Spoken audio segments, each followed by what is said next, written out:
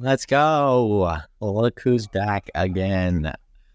You know, we had to come through for the biggest week in UFC for the year.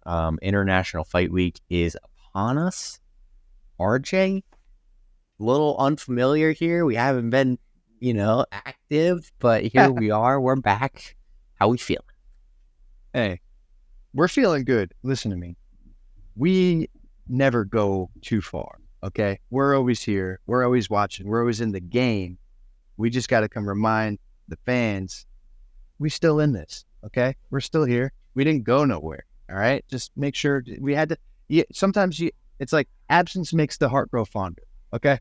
That's what's really going on here. We had to make you guys miss us a little bit so that you come back.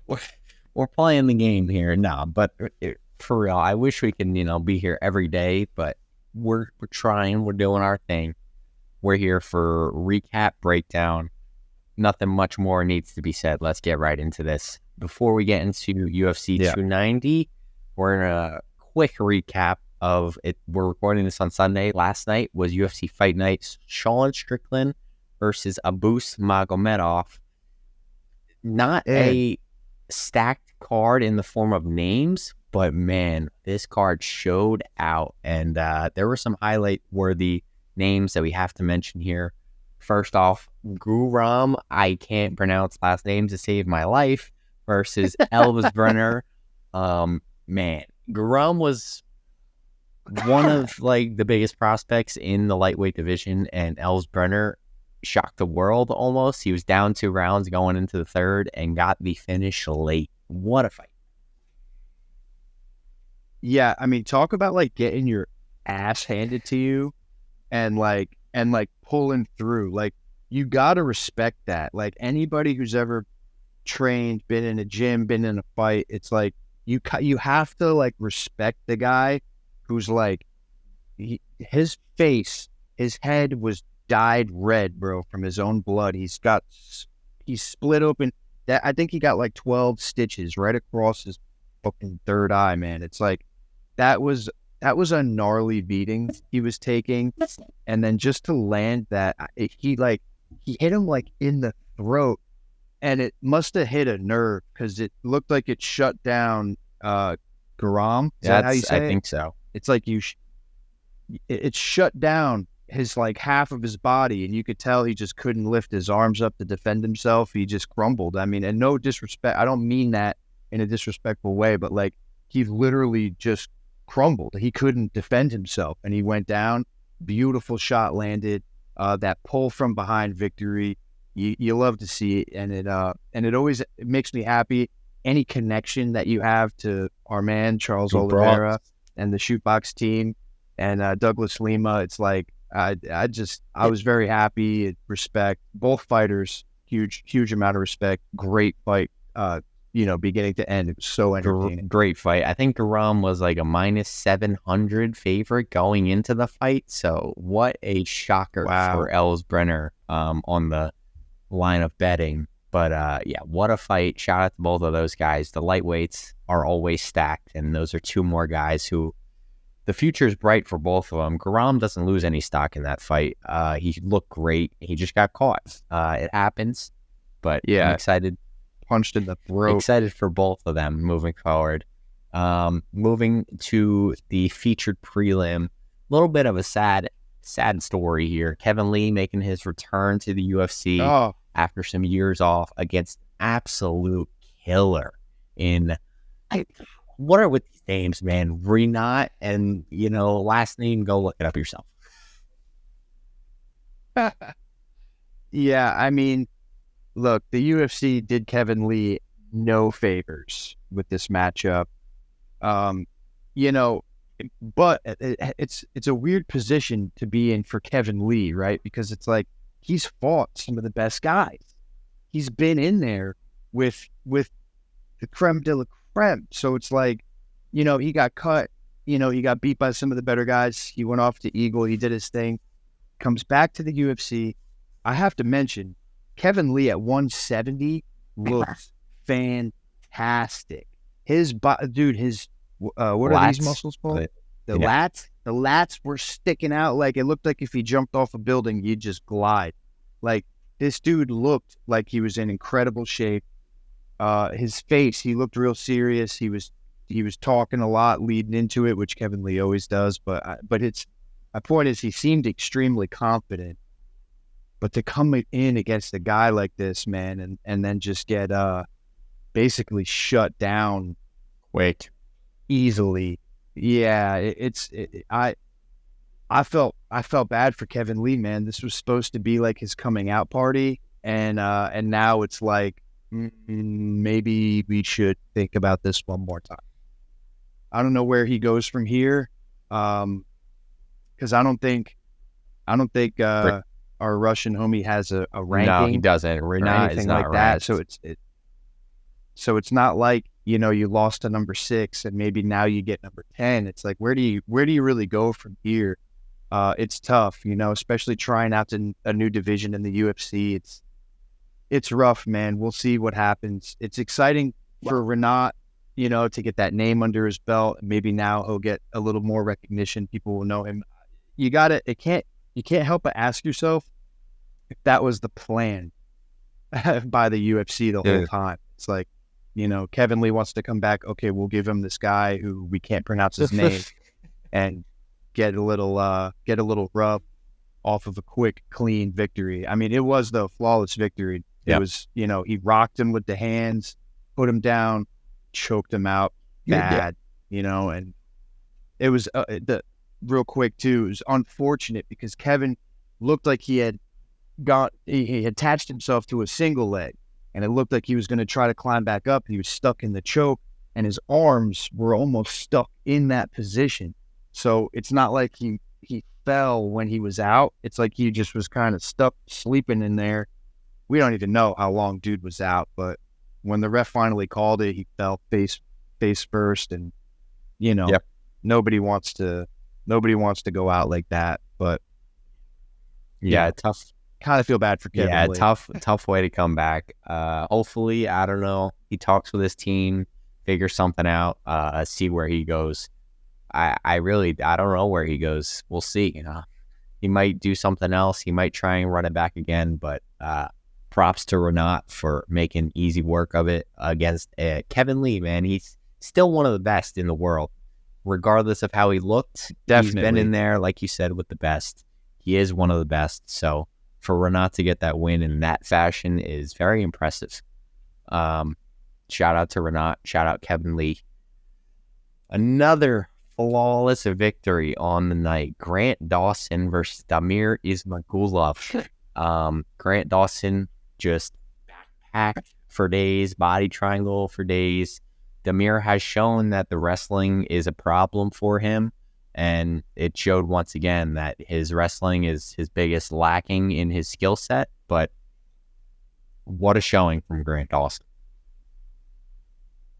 Absolutely. At first, let me say, Damir, he was talking all kinds of trash about my boy Justin Gaethje. I did see that. Talking about he's gonna dog walk him and all this kind of stuff. And come on, dog, let's rethink that before we go start talking that crazy mess. I think that's just wild. But respect to him for calling out somebody in the top 5. But Grant Dawson, man, just proved that he, you know, isn't really, I don't know if he belongs in there with the elite guys. Obviously, it's going to be a very different game plan you'll get from Justin Gaethje. But here's to fight specific, right? I got a problem with this, and I've voiced these types of concerns before. But let me just say, if you can dominate somebody like that, made it look easy, bro. You got every takedown you wanted. You got to the back, you flowed to the mount, you got to the back again. If you can dominate somebody like that, I'm sorry, but I feel like you got to get that finish. Props to Ismagulov. Ismagulov, yeah. Ismagulov. Props to him for having the defense and the wits about him to like not get subbed or get really hit too hard. But for Grant Dawson, man, it's like, I don't know, man. It's frustrating to watch somebody just get like rode out and embarrassed, but like basically took no damage. You know, that's my only qualm with a fight like this. It's like respect, dude. The back takes were beautiful. All the takedowns were perfectly timed. So I'm not trying to say like, oh, it was whack. Like, no, it was a absolutely beautiful, spectacular, flawless victory performance. I would just like to see a little bit more damage, man. If you're that much better in one particular area, I would like you to expose it a little bit better. And I thought he should have got that bench. I absolutely see where you're coming from. If you can dominate someone like that, if you're on someone's back for 4 minutes in every round and you can't find the finish, then that's a little bit of a problem when you have 12 minutes of back control and no finish. But yeah, regardless, kept the control, did some damage when he needed to. Herb Dean was talking to him saying he needs action, which he was trying to get the finish pretty much throughout. Damir has been there. He learned from the Arman fight. Arman was on his back for a while too. So Damir has great defense from the back. So it's obviously not easy. But Grant Dawson got the dub in very impressive fashion with the control. But yeah, if there's one critique, could have got the finish. Yeah, look, like, and I'm not trying to hate. It was pure dominance, and it was beautiful to watch as a grappler. I'm like, holy smokes, this is really cool. But what happens is, in order to get that finish, you have to take some chances, and taking those chances means you might leave an opportunity here or there for a scramble or for them to get back up, for you to lose the position. But again, if you got every takedown. Like, try to hit the guy. If he gets back up, just take him down again. Like it'll be an up and down, back and forth. You might get hit a few times. The guy might get up a few times, but that's what makes the sport exciting. To just see somebody, it looked like a black belt, just like tooling on somebody on their first day of jiu-jitsu class. And it's like, all right. All right, now let's try and get the finish here. I don't know. Yeah, dude. It's like, open up a little bit, try to get him out of there. And if he scrambles back up, then good on him. But like, as take the grappler side of it, but now as a fan of the sport, it's like, we would like to see a bit of a more back and forth. You'd almost respect him more going through a little bit more adversity and then still dominating and getting the 30-27s or the 30-26s or whatever the scorecards were. I know he got at least 110. Yeah, there was a 30-26 in there somewhere. Yeah, so good on him, man. Yeah. And he trains at American Top Team now. He seems very happy. Respect to him. In the post fight, I think it was Rashad asked him. He was like, you guys had trained together. Did any of that like help with your fight camp? And I actually respect this a lot. He's like, I have a very strict policy about like not talking about what happens in the training room. He said, but I respect his game and I knew what I was in for. I was like, that was kind of cool. Like that he didn't say like, yeah, I knew I was going to beat him. He has a problem with this or that. Like he didn't say any of that. So I actually really respect Grant Dawson for, keeping it classy and not talking about the training room. But, game plan was perfect. I just would have liked to see him take a little bit more chances. Yeah. And I'm done ragging on the guy. Great performance by Grant Dawson. Climbs up the rankings. He was ranked 15. He'll move up a little bit. Damir was a little ahead of him, so he'll move up. I think 12. They're probably going to flip-flop then. Numbers. Yeah. So Grant Dawson climbing his way up. Damir on a 2-fight losing streak after being 24-1 entering the UFC. A little tough scene for Damir, but hopefully he makes a comeback. He's still a great prospect. Great co-main event. I enjoyed it. We're going off on a tangent. It's supposed to be a quick recap, but we just keep going. I know. Last but not least, it's fun. Obviously, Sean Strickland doing Sean Strickland things. RJ and I said the same thing in about 2.5 minutes into the first round. I said if Abus doesn't get the finish in this round, he's going to gas out. And we saw that exact thing play out. He was throwing like a main event was 1 round fight. I mean, I don't know what he was thinking. I don't know if he thought Sean Strickland was just going to fold in front of him, but if you've watched Sean Strickland fight, that's just not going to happen. So either terrible game planning or the game plan went out the window when the fight started. Who knows what happened? Yeah, look, Abus is one of those guys, man. Like, he's very dangerous and starts fast, which is great if you get the guy out of there in the first round. It's similar to like what happened with Rosas Jr. In his last fight. It's like he went so crazy in the first round, and then when his opponent was still standing there in front of him, it's like, well, now you have to fight this guy, and you're dog shit tired. So it's like, look, Abus, he had a ton of fights. You know, he's a big guy for the weight class. However, he just hasn't fought the type of guys that Strickland has fought.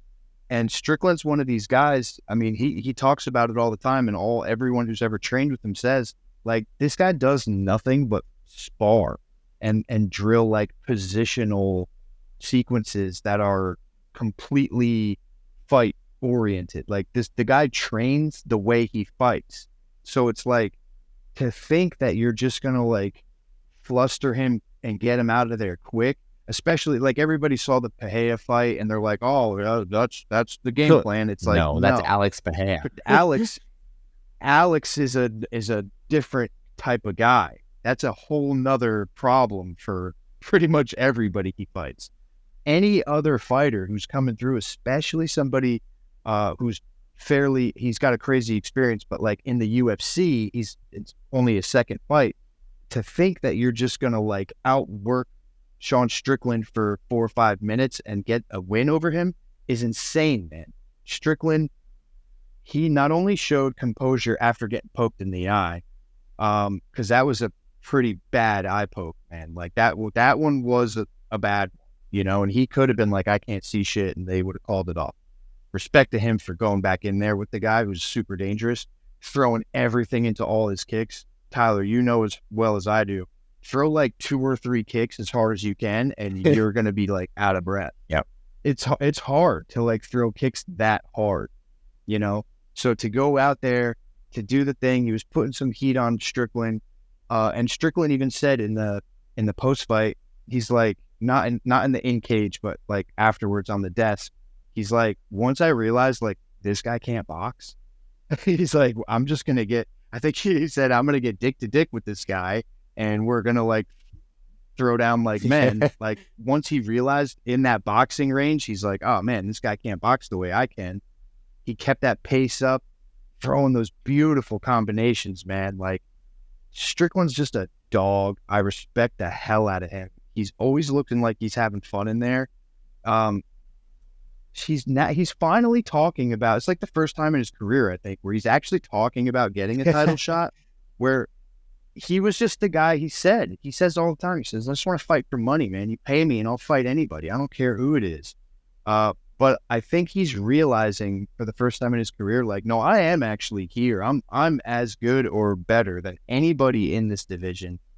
Sean Strickland he's a gangster, man. He'll fight anybody, and he can hang with anybody. I mean, you look at his losses. His losses are like Alex, Usman, you know what I mean? Cannonier, which I actually thought Strickland won that fight. Close one. So like, so much respect for Strickland. He is so fun. He's a fan favorite. He's the people's champ right now. I love Izzy, so I'm not taking anything away from him. But Strickland's one of those guys that you love to hate him or hate to love him, but like you're watching this guy fight. He's very polarizing, and he's a loose cannon. He is, but he's so fun to watch, man. Like those combinations he was putting together, just putting 6 punches together, throwing the hooks, splitting the guard. Like, it was beautiful, man. Absolutely stellar performance. Got him out of there in the second round, and great work. Cuts a hilarious promo.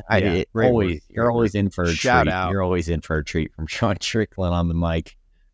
Yeah. But yeah, great performance. I mean, showed there is indeed levels to this game, and he showed a new level. Abus, goes back to the drawing board. We'll see what happens with him. Only a second fight in the UFC, so he's got time. We'll see what happens with him. He's still a great fighter. He's got kicks for days. He looks good, but you're facing top 5 opponents in your second fight. Tough scene. But overall, what a fight night that was. Had to show some love to fight nights because I love fight nights. In my opinion, they're some of the best just because the prospects looking for the dub, looking for the finish. Shout out to UFC fight night. What is it? Strickland versus Magomedov. I wish they did numbers or something, but that's another story. Yeah. Now on to the big one. This one's going to be lengthy with this card. UFC 290 International Fight Week. We are loaded to the brim with fire fights, 2 championship fights, and then the list just goes on with outstanding fights. Where do we even begin? All right, so I'll start with this one. This one just got, not canceled, but this fight specifically, Sean Brady versus Jack Della Maddalena, is officially off as of now. Sean Brady got injured in training camp, had to pull out a few days ago, so about a week and a half from fight night. Jack Della Maddalena is looking for an opponent. I've heard a lot of names in the mix, so it'll be interesting to see who steps up, but it seems like we're going to get a replacement for Jack Della Maddalena. One of my favorite fighters in the game right now, to be honest. Super fun guy to watch. This one does hurt a little bit because these are both, prospects that are exciting, beautiful records, and the stylistic matchup in this one would have been very interesting. I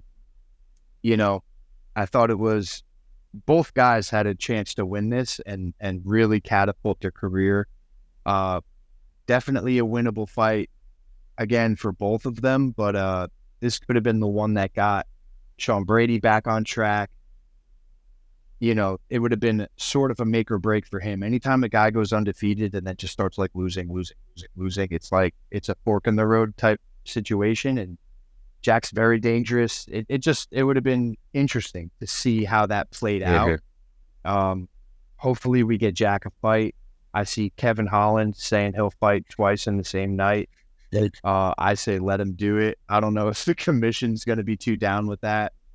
But he said do a catch weight and let me fight twice. But it'll, I guess we'll just have to wait and see how that one turns out. Yeah. I'm actually looking. Kevin Holland's on this card? I don't even see him on this card. It might be the next card. He's fighting Chiesa. I don't see him on 290, so it must be the next one. But yeah. So Kevin Holland is up there for the BMF. That dude will fight anybody, Definitely. anytime, anywhere. So that I would love that fight. But we'll see who Jack Della Maddalena gets. I hope it doesn't get canceled because I want to see him back in there. Like I said, one of my favorites. Yeah. Just start off with that because that was one of the bigger fights, to be honest, on the card. Feature prelim, Ruthless Robbie Lawler going up against Nico Price in Robbie Lawler's farewell fight, his final fight of his career, going up against Nico Price. Salute. I'm excited for this one. These guys, both dogs. Yeah, I really like this fight. This is a fight. This is how they should do it, right? Like we were kind of talking about this earlier. This is a fight. If Robbie Lawler wasn't retiring, this is a fight that probably kind of makes a little bit of sense. Nico's fought some of the older cats. He's starting to find a bit of a groove and feel himself a little bit. He hasn't fought the tippy top of the spear, but he's fought good guys. Robbie Lawler might be a little bit older, but he is no punk. Robbie Lawler still has it. Dude looks, gamer. He's always game. In my opinion, he's one of the best champions that we've ever had at 170. even if not, even maybe best is the wrong word, but like most exciting. Absolutely love Robbie Lawler. He's going to go out on his shield, or he's either going to bring his shield home or go out on it. So you got to respect that guy. Hall of Famer for sure. Put the cap on like an amazing career. And if Nico Price can get it done, it's just another feather in the cap for him. And I like this fight. I think it's a good fight. They didn't give Robbie somebody to just come and like take his head clean off in the first round and like make him look bad on the way out. This fight, like, this is a good fight. Yeah. This fight makes Yeah, sense. I agree. I like how they didn't give him an up and coming prospect that's a killer looking to make a name for himself. Nico Price has been in the game for quite some time now. It's not like he's already made a name for himself. It's not like he needs this fight specifically to skyrocket his career. He's already had a lengthy career. But yeah, like don't use Robbie as a stepping stone. You know what I mean? That's good words for it. Very winnable fight for both of these guys stylistically. I mean, they're going to come, they're going to throw some hands, and the better guy's going to win this fight. It'll be a feel-good moment if Robbie Lawler gets it done, obviously, for just the career he's had. Definitely. I would like to see Robbie Lawler get this one done, to be honest. I'm rooting for him. But Nico Price obviously is no punk. The guy can fight. That caps off our prelims. That's our featured prelim, which kicks us into the main card. Bo Nickal's back, and he's facing Tresean Gore, the man with arguably the biggest neck in the UFC. His traps connect to his ears, but regardless, Bo Nickal, obviously one of the most hyped UFC fighters in the game right now because of his wrestling pedigree. Arguably the best wrestler in the UFC. We have some Olympians, and Henry Cejudo would probably be better. Olympic gold. He's up there. I mean, as far as like on paper, like, okay, Cejudo won gold, but like you got to think about the weight class he was in. And you also have to remember that was almost like 20 years ago that Cejudo won gold. Like, Bo Nickal is one of the best wrestlers on earth right now. Like, so, the only person who gives him like a run for his money is like his own teammate. Like, he could have made the Olympic team. He could have made the world team, decided to take a different avenue and start his mixed martial arts journey. Bo Nickal's, it's hard to say like who's the best, but like he is at the table, and that's certainly what he's known for. He's got a great guillotine, and it's going to be interesting to see him try to wrap his arms around that tree stump of a neck that Gore has, because that thing is terrifying, bro. It looks like that dude just lifts weights with his neck. But I know I've watched Gore fight, but I can't like place his wins and losses. I'm with you there. I really don't know much about him, honestly. I wish I knew more. I know I've seen him fight. I wish I should have looked up his record. I know I've seen him fight. And that's it. Yeah, Bo's 4-0. He's 5-2. So they're both young. There you go. I mean, I guess by the numbers it makes sense. But to be completely transparent, I think this is more food for Bo Nickal, if you will.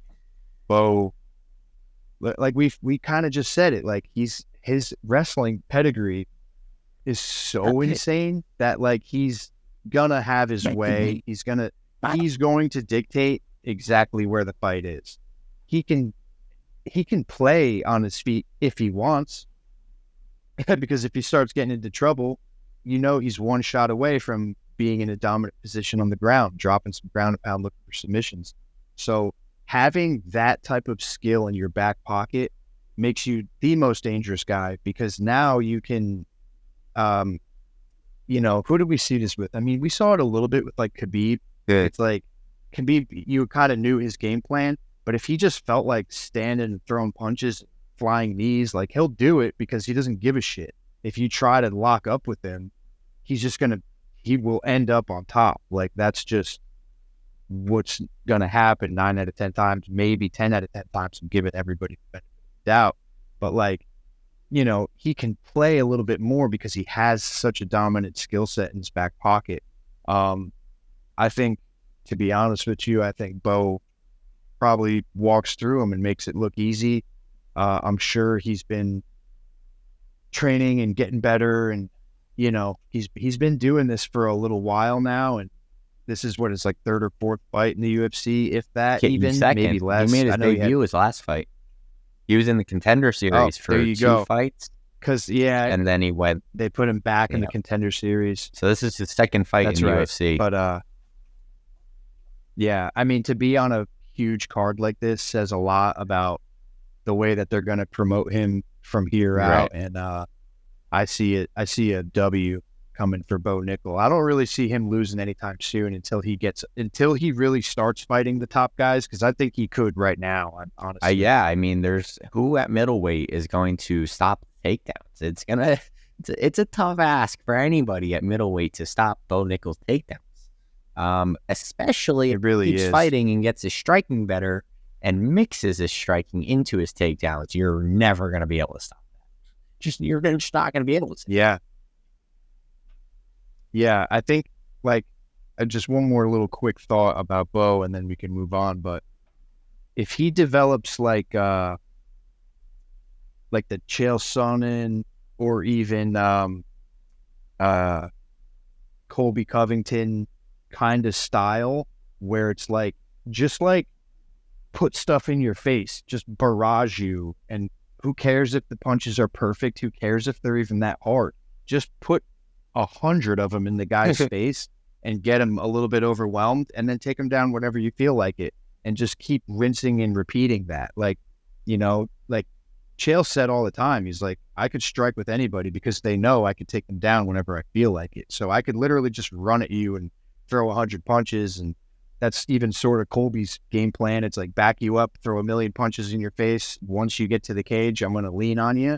It's like, if he can just kind of develop that style of mixing together the different art forms, it's going to be very hard to stop that, man. Yeah.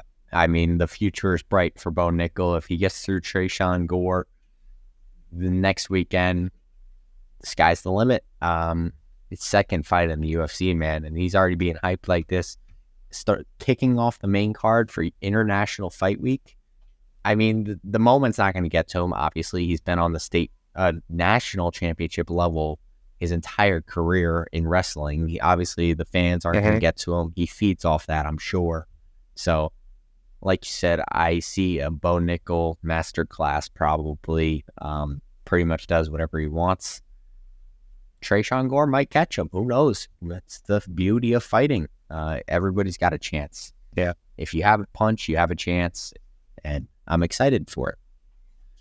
Great way to kick off our main card. Jalen Turner versus Dan Hooker. This fight was scheduled a while back, and then it got canceled. I think Dan Hooker had to pull out. So Gamrot stepped in on short notice and beat Jalen Turner. And now we're back to Dan Hooker and Jalen Turner. Two very big lightweights, might I add. Yes. And real quick, Gamrot, you can't put too much on that loss because Gamrot's probably the worst stylistic matchup for him. This fight for both guys keeps them where they want to be.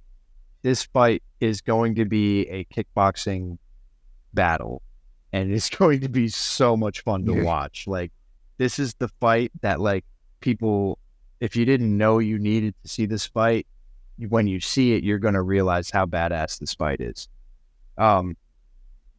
Dan Hooker, right? This is kind of like a young buck versus the experienced guy. Dan Hooker's not really that old, but he's got like the crazy experience. Now, when people look at Dan Hooker, they're going to say he's washed up. They're going to say he's a bum because of the people he's lost to. But when you look at that list of names, it's nothing but the best guys in the world. And not for nothing, but like, he was in most of those fights. If you catch him early, Michael Chandler kind of caught him early, whatever. But that war he went to with Dustin Poirier was like absolutely insane.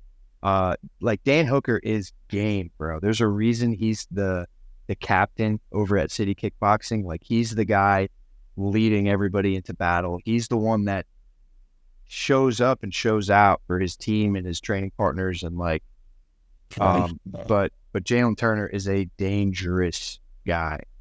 He can shut your lights out at any time. I can't wait to watch this. Like you said, they're both kind of like big and lanky guys. So this is going to be, I predicted from distance, kickboxing match, just technical beauty. Like this is, but also these guys are both so skilled that they are going to find each other. Right. This isn't going to be like, point. It's not going to look like point fighting. Like this is going to be a pretty brutal match, I think, and I can't wait to see it. This one's hard to pick, bro. Very hard to pick. It's hard to pick because I want to lean on Jalen because of his, he's younger, he's looking incredible, and Hooker's had a little bit of a slide with, he's accumulated some losses, but with that being said, Hooker's the one that has the more difficult strength of schedule, should say, and like a little bit more of a difficult path to get to this point. So it's like, this is an interesting matchup. I love this. It's hard for me to pick this one, honestly, because anything can happen, and I like both guys, and they can both get it done. Yes, it's so hard to pick these technical striker matchups just because of how dangerous both of these guys are. Either one can catch the other at any point in this fight, So it's just a matter of who finds who first and who sets up the most traps, who sets up best technique, what have you. It's going to be a very fun presumably kickboxing fight. I mean, Jalen Turner snags on to next pretty quickly if he has the opportunity. So Dan Hooker definitely has to be wary about that. Dan Hooker can obviously grapple with the best of them. He's been in there with the best of them, so he's no slouch, obviously, but he would prefer to strike. I'm so excited for this one just because I'm a striker at heart. I love me some striker matchups. I'm leaning Dan Hooker. Something's telling me Dan Hooker for this one. I think he gets it done. I just want to see him get it done. That's kind of my mentality. Yeah, it's tough because for real, like the part of you wants to say like, oh man, Hooker's like the old dog who's just been in there with everybody, and he's going to show this young kid that there's levels to this. Like, and that easily could be the way this plays out because Hooker, like again, I can't stress this enough. Like you look at all those losses he's accumulated in the last couple of years. But first of all, he's taken terrible matchups. He's taken them all on short notice. For a while, he couldn't even like get in or out of his home country. Yeah. Like he was he was living in hotels and shit, training for fights in his hotel. So it's like a lot of these late replacement, like, a lot of these fights were just kind of terrible fights for him to take, but he's just that guy. He just wants to stay active. And, the chips fell how the chips fell, he tried out a new weight class, like whatever. It's just how it goes sometimes. But with that being said, like he's that motherfucker for a reason. He is that guy. And Jalen Turner, I think this is going to be the toughest test of Jalen Turner's career so far to this point. And if he gets through Dan Hooker, it's off to the races. Yes. And if Dan Hooker wins, that gets him kind of right back in the conversations with some of these better guys. So this is a big one for the division. Absolutely. Sure. I cannot wait for this fight. It's going to be a banger. That's all I got. That's all I got on this one. It's going to be a banger. If you're not going to watch it, you should change your mind and watch it because potential fight of the night. Third fight on the main card. Oh, man, how did we get here? Robert Whittaker versus Dricus du Plessis. I can't take this guy serious. I'm sorry. I know. I'm sorry. This fight could have been its own video too, right? Like, cause there's like so much going on here, and I think it's a miss by the UFC. I think Complete they mismatch. Complete mismatch. yeah, and it's just funny how they're doing it, right? Because this is the weird thing, right? The king Izzy needs fresh meat. He needs new opponents, right? He's already beaten Bobby Knuckles twice. So the UFC, like you would think in their mind, they're trying to do everything to keep that matchup from making any type of sense. You would think they would give Duplessis some type of winnable fight to get him over with the crowd so that he could talk some shit and then go against Israel Adesanya, because they kind of have the who's the coolest African thing going on, and like whatever. But Bobby's gonna kill this guy, right? like I'm sorry. Like, I know anything can happen in a fight, right? Like, I know anything can happen, but Robert Whittaker is like one of the baddest men on the freaking planet. Oh. And he's going to kill this prospect. Like, I wonder what the odds are for this fight. Not high enough. It's got to be like, sure. Dude, it's probably like minus 1,000. No, I don't know. 100% airflow. Dricus Duplessis is a mythical fighter. Oh boy. I can't. Yeah, I don't know can't about even take this, man. seriously. Can I just say Robert Whittaker by whatever he wants, and can we move on? I mean, that's probably what's going to happen. In what area is Dricus Duplessis going to be favorable to win any sort of matchup? He's not a very good wrestler. Sorry. He's not a very good striker. Sorry. Where is he good? He's not very good anywhere. You know what's funny, though, Ty? Like, I've been saying all this about him, and he keeps finding ways to win fights. Yeah. So, it doesn't make sense. I don't know. I don't know what it doesn't make sense, but the guy, like, after he got through Blonde Branson, right? I was like, well, Till was first, right? Like, when he got through Till, I was like, wow, there's no way he's going to beat Darren Till. And Darren Till was like putting it on him a little bit, and then it started turning. And you're like, oh shit, is this like you're actually going to get Till out of there? It was crazy. Darren Till, might I have? And then, dude, and then Blonde Bronson, it's like there's no way Bronson like had the fight in the bag. I don't understand how he started doing. To be honest, I know he just started doing like dumb stuff and like reaching for takedowns across the cage and getting like hit in the face. It's like I don't really know how Dricus has even gotten this far, but maybe we have to stop doubting this guy. Like maybe he's underrated, dude. I don't know. But I would not have matched him up. If you're trying to build a fight against Izzy, I am not throwing this guy to Robert Whittaker. This is like oh man, this. You know what this reminds me of? What's the English guys? The blonde English kid. What? In 145. 145. Allen. Oh, Arnold Allen. Brendan Allen. Arnold Allen. This is like Arnold Allen versus Max Holloway. Terrible. It's like, dude, you're trying to get Arnold against Volk. Like, that's what you're trying to do because Volk needs people. But then you throw him in there with Max and he gets decimated. And then you're like, okay, well, now I guess we can't. Yeah, it's like, well, there goes that idea. It's like the same thing that's happening right now. It's like Duplessis has like the toughest guy in the division. It's arguably a harder stylistic fight than Izzy is because Bobby can do everything so well. With Izzy, you basically know you're fighting a sniper, right? So it's like you gave him a harder matchup in Bobby Knuckles, and it's like, good luck, kid. I don't know. You know what I mean? It's like, I'll tell you what, though, it'll be huge if he finds a way to win. If he beats Robert Whittaker, I might stop watching the UFC. Might stop.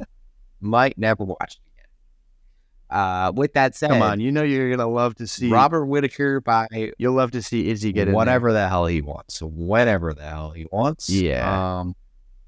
Pretty much all I got. If Duplessis wins this, I might get 100% airflow tattooed on me. On your forehead. He's going to come out like a Right under your cardio eyes. machine and just get it done somehow. Oh, man. Yeah. Yeah. And then just, I know we don't want to go too much on tangents, but like what happens then after this? Because, there's Sean Strickland, who we'll get into, right? But he's like waiting in the balance. And then there's Duplessis, who's about to get eaten alive. Do you put Whitaker back against Izzy for a third time? Like, can you do that and sell pay-per-views? Like, can you I do think that? the build with Izzy and Strickland is more entertaining. I think the fight brings a new dynamic. I would want to see Strickland and Izzy. I think Strickland deserves it. I mean, he fights everybody. Obviously, he's not fighting the best because nobody wants to fight him. Nobody wants to take the fight against him. It's not his fault. Yeah. Right. So I think right. But I think the problem is he's like number 8 or 7. So it's like, that's quite a bit of a jump. But if you look at the rankings, he's fought a lot of these guys. I mean, Jared Cannonier is still sticking around somewhere. Well, I don't want to see him versus Izzy again. I mean, after seeing the first fight, I wouldn't want to do that one. I know, but after Cannonier's last fight, that almost makes more sense than Robert Whitaker. Yeah, that's true. Like it's this now. This division has turned into one of the messier. It is getting messy at the top. After considering the most recent win over Alex, getting the belt back to Izzy, is it like all of a sudden it's like we had parity and then it slipped through our fingers, and now all of a sudden we're back. Pierre moved on, and now we're just back stuck in the same spot where it's like, unless Izzy moves up, it's like he's already fought everybody. I mean, a lot of them twice. Yeah. So it's like, do we really what are we doing here? Like, because what do we do? I think he wants someone new. Put somebody against. I think he needs someone new, then he'll move up. If he gets one or two more of like new guys, like a Strickland or a Duplessis, I think if he gets 2 more, he'll probably move up. I think he doesn't want Rob again. And those are the 2 guys. But, yeah, that's the. But thing. you're not getting Duplessis those are any the 2 favors. guys. That's what I'm getting at. It's like, how Izzy made it clear he wants new guys. You got Duplessis and you got Strickland. Those are the only guys that are worth any interest with a build-up and making an exciting fight. You're killing one of them all, and you're giving the other one non-ranked guys. It's like, yeah, what are we doing in this division here? Like, it's rough, dude. And then you got Paulo Costa fighting another guy who's like a whatever. If he looks fantastic, you're not going to give him another shot. Maybe you have to somehow match these guys up to get like a clear number 1 contender. Yeah. That's not Robert Whitaker. Yeah. It's tough, man. It's really tough. It's tough. I don't know. It'll be interesting. If Duplessis gets it done, then we can have a pretty clear answer, but I don't like his chances. We'll move forward. I'll stop bashing Dricus Duplessis. He's 19-2. He's got to figure out some way to get it done. So, yeah, I mean, obviously he's doing something right. Yeah, I guess. All right, co-main event. Flyweights. The last 4 flyweight championship fights have been between 2 people, so it's nice to see something new. Brandon Moreno, however, these 2 have fought twice already. Brandon Moreno versus Alexandre. How do you say his name? Alexandre Pantoja? Pantoja. I like this fight. It's a fun one. It's new one. It's fresh. They have fought twice before, but it's been years, so they're obviously both different. Yeah, I like this fight. Pantoja is a beast, man. He's a dog. He goes in there to kill people, and I love it. Brandon Moreno, obviously, we know Brandon Moreno.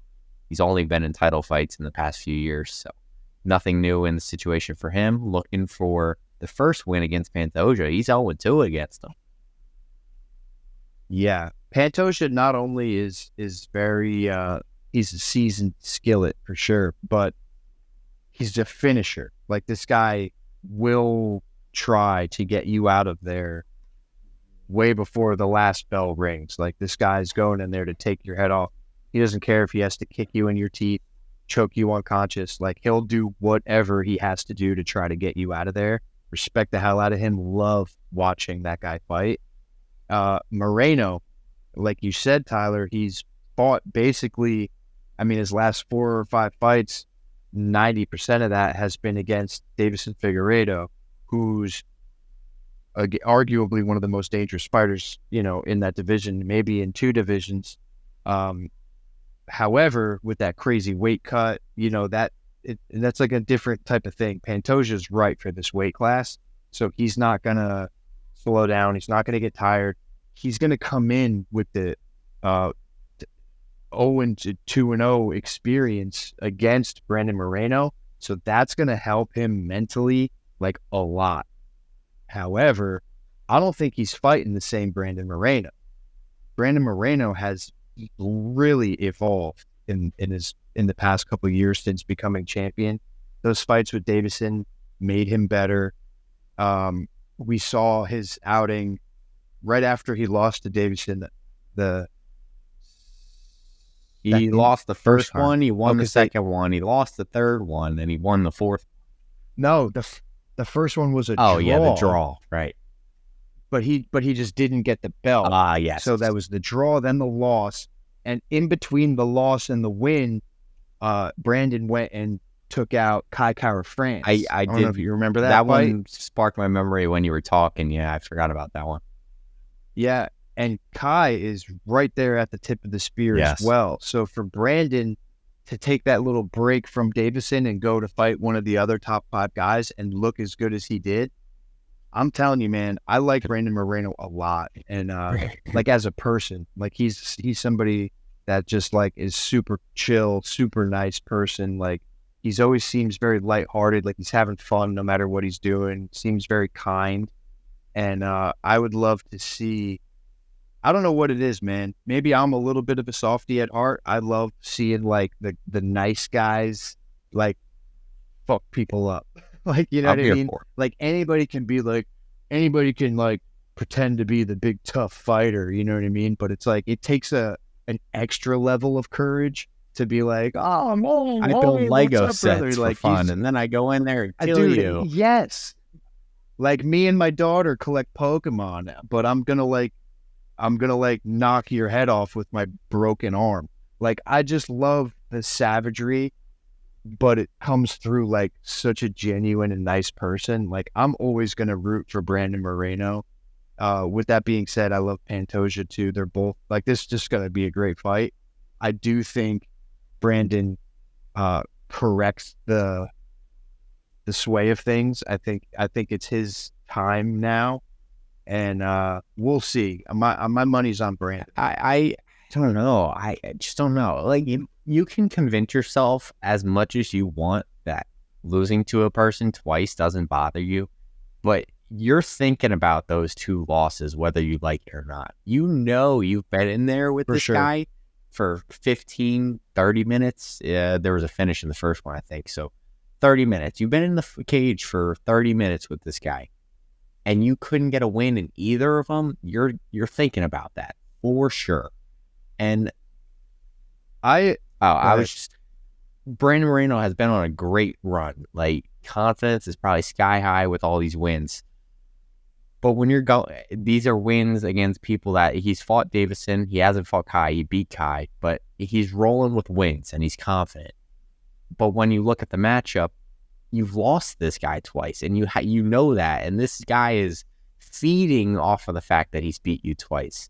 So I just think the confidence Pantoja is going to have when he steps in that cage, it's going to be scary for Brandon Moreno to get through. Like, I'm not saying he can't do it, but I don't know. I might be leaning Pantoja. There's a flip to that coin, though, because just as much, like, because you're absolutely right. Like, having 2 losses, like, that's going to, like, you're going to be a little bit worried about this guy. It's like your boogeyman, right? But as we saw I knew it was coming. Pereira and Izzy, yep. that as we saw with Leon and Usman, it's like sometimes the winner of the previous fight comes in so overconfident that like you're not fighting the same Brandon Moreno that was on the Ultimate Fighter. That's not the same cat you're fighting. This dude has been in title fights, like 5 of them in a row now. Like he's been main eventing 5-round fights. So like if you come in overconfident, and Uncle Chael P. Sonnen talks about this all the time, where the biggest thing that'll get a fighter like jacked up midway through the fight is when you're in a fight that's harder than you thought it was going to be. So if Pantoja comes into this thing thinking, oh man, I beat this guy twice, I'm just going to go do it for a third time, he might be in for a long night, because Brandon Moreno has zero quit in him, and he's game, man. His game is all hell. There's no position where he can't hang. You know what I'm saying? There's nothing really to expose. Like you're gonna have to like fight this kid, and he's got the heart of a lion, and I could see it going either way. And if Pantoja wins and it's 3-0, we have a new exciting champion. So I won't be too butthurt about it. But I think Moreno has just evolved so much more since those early fights against Pantoja, and basically my point is, if Pantoja thinks it's going to be easy, yeah, that's a bad mindset. It's a bad mindset to have. Yeah. I love this fight. I think it's a great fight. It gives something newer in the division and gives another chance for Brandon to right his wrongs and Pantoja to prove that those were not flukes and he is the man in this division. What a co-main event. I'm excited for it. Can't wait. Leads us into the main event of the evening. Alexander Volkanovski versus Yair Rodriguez. Interim champ versus undisputed champ. Man, Alexander Volkanovski is my guy, right? He's been my guy. I've vocalized this. Those city kickboxing guys, they're all my guys. I picked Dan Hooker already, city kickboxing. Okay. I'm nervous for Alexander Volkanovski, man. Usually, I'm not nervous for him. I'm usually like, man, it's Volk. He's just going to win. He's just going to beat you however he wants. I had that thought process going into Brian Ortega, Max the third time. Islam, I obviously knew the threat, but I think I picked Volk just because my heart was there. I was like, I think Volk's just a dog. He'll figure something out. I'm nervous for this one. Like, I can't even confidently pick Volkanovski. I'm surprised to hear you say that, and honestly. It's just, prior to the Islam loss, Alexander Volkanovski has had one loss in his career. Granted, it was at welterweight when he was young in the fight game. But he got TKO'd. How did he get TKO'd? A kick. It was a kick to the liver that shut him down. Yair Rodriguez has probably some of the hardest kicks pound for pound in the UFC. He throws caution to the wind. He'll break every bone in his leg to kick your head off, kick your body off, kick your leg off. And you don't know what kick is coming. Anything could be coming. So when I say the opportunity for Yair is going to be there to find a kick, to find a home somewhere, I think that opportunity is there. And I think the chance of that happening is absolutely there. With that said, I think Volk brings a wrestling-heavy attack. And as we know, he's borderline unsubmittable. I don't know how you submit him. If you find a way to do that, then all power to you. But he brings a wrestling approach heavy, and he ground and pounds him. That's how I see him winning. That's how I see him getting the finish. But on the feet, I'm nervous. I'm very nervous about it. I tell you what, like, I don't share the same sentiment, to be honest. I I really think Volk is just the more complete and more polished fighter. I agree. And look, Yair is a video game, right? Like this dude does stuff that doesn't look like it should be possible, right? Like he can do the crazy kicks. He's hitting you from crazy angles. His footwork, he's very underrated ground game. Yair is dangerous, like no question about it. I that's obvious, right? However, they have a lot of similar opponents to get to this point, right? A lot of them have beaten some of the same guys within the division. And the one that stands out first, Korean Zombie.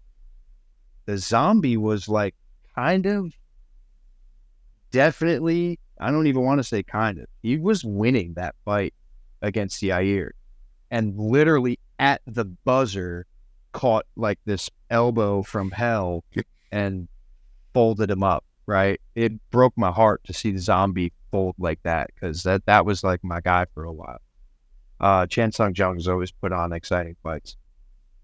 But, you know, he was kind of losing that fight and then he came through. Then he had, then they both fought Ortega. Ortega, you know, super scary grappler. And Yair ended up finishing him with, you know, he had him in this thing and then his shoulder got hurt. And like some people was like, oh, well, his shoulder hurt. It's like, well, yeah, but like he did the thing that made his shoulder hurt. So like you got to give him the credit for that. You know what I mean? However, there still is a little bit of an asterisk there because it's like, you know, Ortega kind of never got going in that fight and then his shoulder falls off and it's like, okay, Yair wins. So that one was a little weird. We saw Volk get out of everything that Ortega had, whether it would be the boxing, the submissions, like they like actually fought it all the way out and we got to see how it played out. So now I give another, you know, that's 2 ticks in my mind for Volkanovski. Then you have Max, who's arguably the greatest featherweight of all time, who's not named Alexander Volkanovski, right? So now we have Max, who was able to go the distance with Volk time after time after time after time. And Yair and Max went the distance, but Max like put a beating, you know? Granted, Max is taller, Max is longer, he's a little bit more cut out stylistically to fight somebody like Yair.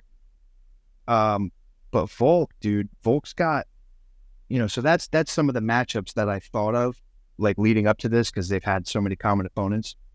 But then I think of like, you know, like the grappling, like you said, Craig Jones is arguably like top 2, top 3 grapplers on the planet. You know what I mean? So, Craig Jones is obviously Volk's grappling coach. I think he's going to be very ready for anything he sees on the ground. You know, City and I forget what his Freestyle other team is. MMA. Freestyle. So he's got good coaches, man. Like the game plan's going to be there. I think Volk is just so experienced in these high pressure situations.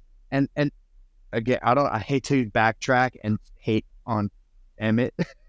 Here we go. But like the reason I know. But the reason Yair is coming to this fight with a belt on is because he fought Josh Emmett, right?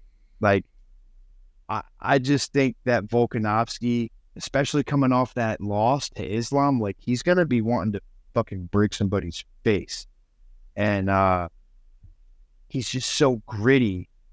I think he's gonna eat the shots, and I think he's gonna actually find the openings because Yair does get hit.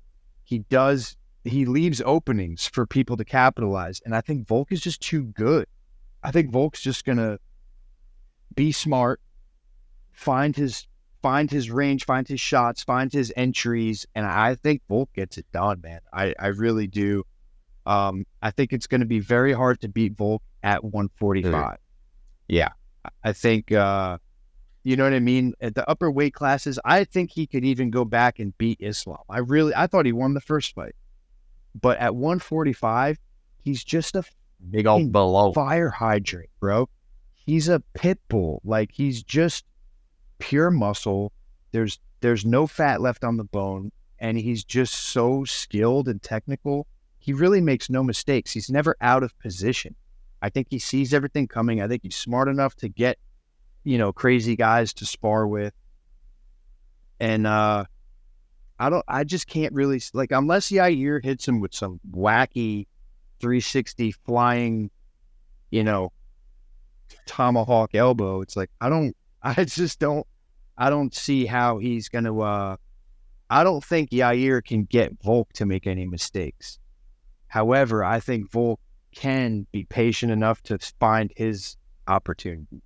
Yeah. So I love the fight, though. It's a great fight. Something new. I think Volk gets it done, right? I think Volk is going to win this fight. I do.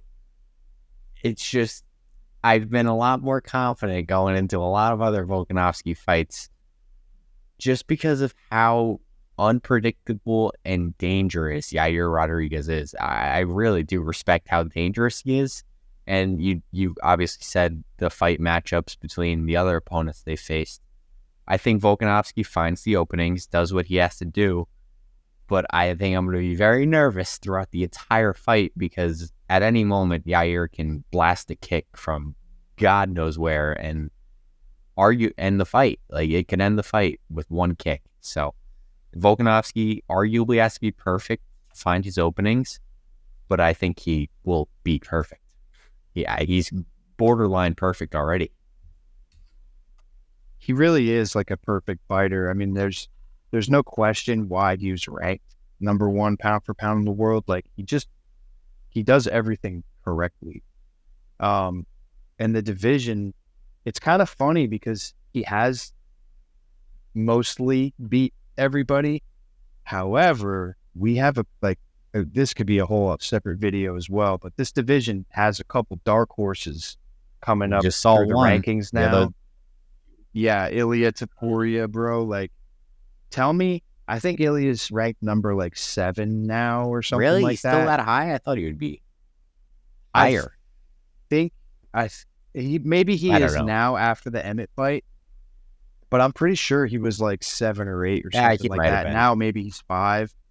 But when you look at the top 7 or 8, let's look at everybody where he was at and above. Tell me those aren't the most exciting matchups. I don't care which one you want to pick. Put them in there with this guy. Oh my goodness. You got what did I call him before? I called him Brandon Allen. Now that's what I want to say. Arnold Allen. What the hell is that? Arnold Allen, absolute monster. You got Ilya Taporia. You still have Max and the Zombie going to go figure things out, which is actually, the more I think about that fight, that's going to be a more competitive fight than I think we give it credit for. I think it's going to be shouldn't say competitive, but I think that's actually going to be a pretty fun fight to watch. There's a lot going on in this division right now. Folks sort of already thinking about going back in there with Islam, and I'm not saying he's overlooking Yair, but it's almost like he sees the end of the road, which I'm a little confused because 2 years ago, I would have said, yeah, I could just go to 55. It'll be more exciting because you already beat everybody. But now there's actually some fresh blood and some very exciting matchups to look forward to. And, because what happens if he leaves? You just give the belt back to Max? Pretty much. Do you, or put a fight against who? Taporia? Or I guess we have to see how this fight plays out with Yair. It's going to be interesting, man. I want Volk to stick around and just go down as the greatest featherweight ever. If he can get that rematch with Islam, obviously do that and try to be champ. Because that would be pretty cool. I would love to see Volk fight at all those guys at 55. But I don't know, man. I think Volk's king at 45. I don't think Yair's. He's got the chance. He has a chance. Very, very good fight. Dangerous guy. But I'm picking Volk. To wrap it up, Volk. I'm going with Volk, dude. I'm picking Volk, and I'm not. I'm not as worried about it as you are. I don't know, man. I just think. I mean, I hope it's a Volk masterclass. It's my guy. I hope he just proves me wrong and shows that there was no danger to begin with. But I think Yair Yeah, is I just truly think dangerous, it will man. be. Yeah, Who he is. knows? We'll find out. International Fight Week. What a card we have in store. From beginning to end, it's going to be a banger. I don't have much left for you guys. I'm so excited for this card. It's the best week of the year. Yeah, and there's a couple even coming up that are just There are a insane. lot. But there's coming up. So we'll try and get breakdowns and recaps and all that out for you. I hope we can. We're back for the big one now. UFC 290, July 8th. It's the Saturday and 8th. I think it's the 8th. But that's our breakdown. Like, comment, subscribe. As always, you guys know the deal. We're still here. We hope you're still here. Because if you're still here, stay with us. We'll be here. yeah, we love doing this. Life. But we love this stuff. We hope you guys enjoy this as much as we do, and we're gonna keep them coming one way or another. Let's go, We'll baby. keep it coming. Like, to the top, like we always say. Until this is our full-time job, we're going to do what we can with what we have. And we lost RJ. Perfect timing.